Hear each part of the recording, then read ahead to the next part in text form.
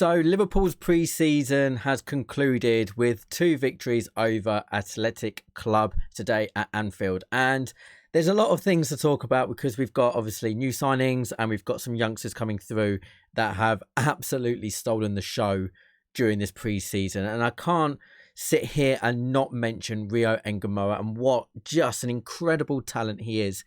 Jay Spearing spoke really well before the game during kind of like the match coverage on LFC TV and spoke about how he's been working with Rio, he's been working with Trainioni, and he was just saying how grounded these kids are, but how they absolutely want to reach the top of their game. And we can see that with Rio Ngamoura. You can see how he's picked up that ball on the halfway line, and his first thought is drive forward. Let's actually create something. And then to have the confidence like he did in the previous game, in the previous preseason game in Asia, where he just took that shot on the edge of the box and he scored both times, but he's got that confidence to take it upon himself.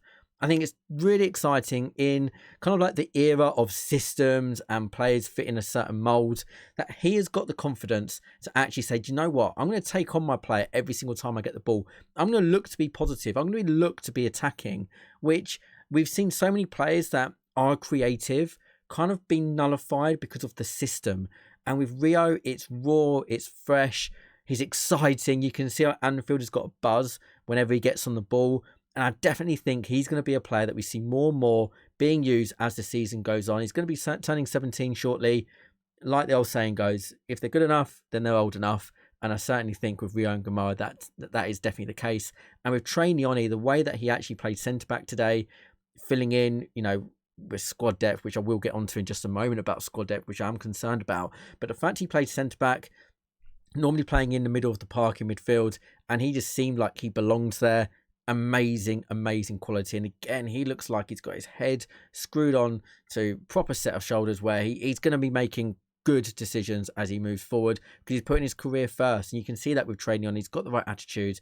I'm really excited by these 2 young players, really excited about them. I've known about Trainioni for a couple of years now. Rio's obviously burst into the scene more recently, kind of like from last year. But yeah, dead excited about those 2. I do just want to talk about Kirkes and Frimpong as well. If we're talking about kind of like the defensive systems there with Nyoni playing centre-back. But these 2 fullbacks, I mean, is Frimpong a fullback? I mean, have you ever seen a player as fast as Frimpong when he gets on that ball, when he does run? He is rapid. Whether he'll be playing right back more, whether he'll be playing more on the wing, I guess it all depends how they manage Mo Salah's minutes next year. Depends how much rotation he's going to get, how many times he's subbed off in the 60th, 65th, 70th minute. But he's dead exciting. And Kirkes, I mean, is there a better one-on-one defender in the club at the moment? He's that good. I mean, in those duels, he's just unstoppable. I felt like he was maybe on the leash a little bit going forward. You could see that Frimpong was bombing up and down. It's something to think about. If Conor Bradley plays right back, will we see a more attacking Kirkes? If Frimpong is playing right back, will we see a more defensive Kirkes? So it's something that would be interesting to see develop tactically, but so excited about those 2. And I mean, how can we not talk about Florian Wirtz as well, what he's been like on pre-season? He makes football look so easy. 1 touch, 2 touch. The link-up play with just anyone around him. The beautiful thing about Wirtz, and you know this about a top-quality player, is he just makes other people around him look so much better. I remember on pre-season over in Asia, he was doing a little 1-touch passing with Curtis Jones at one point, and you can see it today again. He's just keeps the ball ticking and he's just so confident and so good at it. Dead excited about Florian Wirtz. I'm most excited about how he's going to link up with Mo Salah. You can see how they're already looking for each other and linking up. I think once they get firing, it's going to be beautiful. And the absolutely amazing thing about that is so much attention has been on Salah that the opposition can focus on.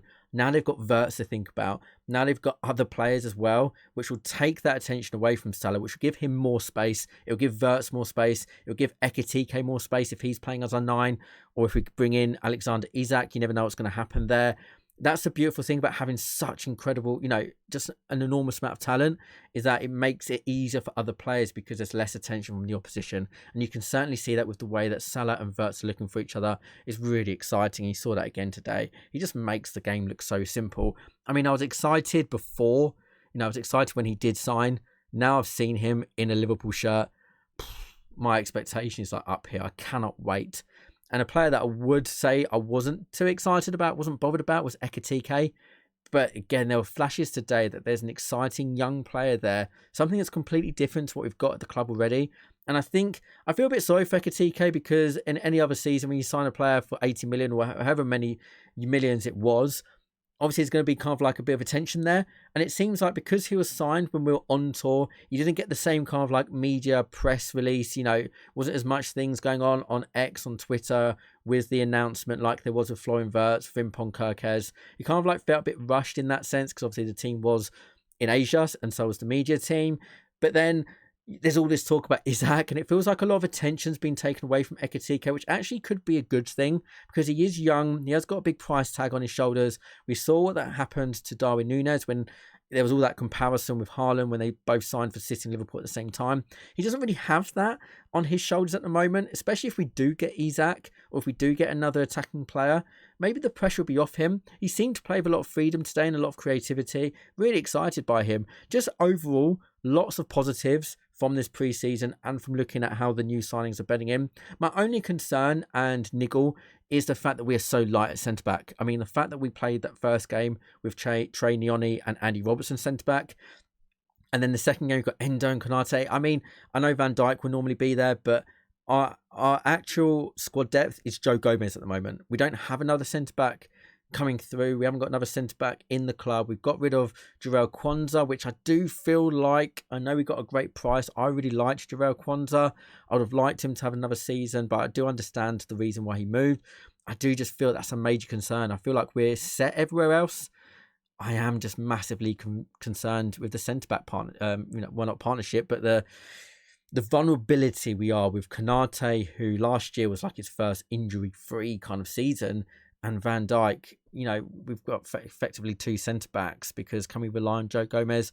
Sadly, I don't think we can, and it's a shame, because obviously in 2018-19, he was unbelievable at the back there with Virgil van Dijk, played 34 out of 38 league games, and we were unbelievable that season, winning the league. So yeah, that's my thoughts about pre-season and you boys. I'd love to hear your thoughts as well, and just what your hopes and expectations are for the new season. If you're new around here, liking a sub does go a long way. I'll be back with some more Liverpool FC content very soon.